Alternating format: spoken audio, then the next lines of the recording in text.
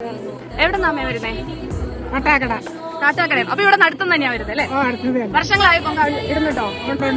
എത്ര നേരമായി ഇപ്പൊ ക്യൂ നിൽക്കുന്നു?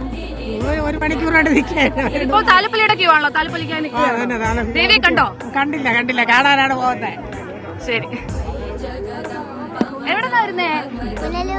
എവിടുന്നാ? പുനലൂരിന്നാണോ? കൊറേ നേരം ആയ ക്യൂ നിക്കുന്നേ? കൊറേ നേരം. ഉറക്കം വരുന്നുണ്ടോ? എത്ര മണിക്ക് നിന്നോ? എത്ര മണിക്ക് തൊട്ടാ നിക്കുന്നേ? 3:30 തൊട്ട് ക്യൂ നിക്കുക അല്ലേ? ക്ഷീണമായോ? ദേവിയെ കാണാനുള്ള ഒരു തിടുക്കത്തെയാണ് അല്ലേ? സന്തോഷമുണ്ടോ? പൊങ്കാലിടുന്നുണ്ടോ? അമ്മ പൊങ്കാലിടുന്നുണ്ടോ? ഉണ്ട്. വേഷമൊക്കെ ഇട്ട് സുന്ദരിയായിട്ടുണ്ടല്ലോ.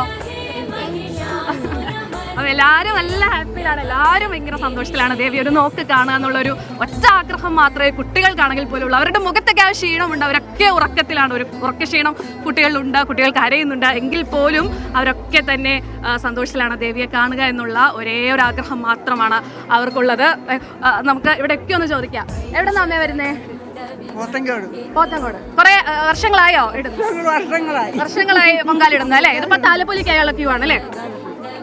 കുട്ടിയൊക്കെ നല്ല ഉറക്കത്തിലാണ്. എന്താ പേരെന്താ? സാൻവി. എവിടെന്നാ വരുന്നേ? പോത്തങ്കോടുന്ന്. വരാറുണ്ടോ? കഴിഞ്ഞ വർഷമൊക്കെ വന്നിട്ടുണ്ടോ? ഉറക്കം വരുന്നുണ്ടോ?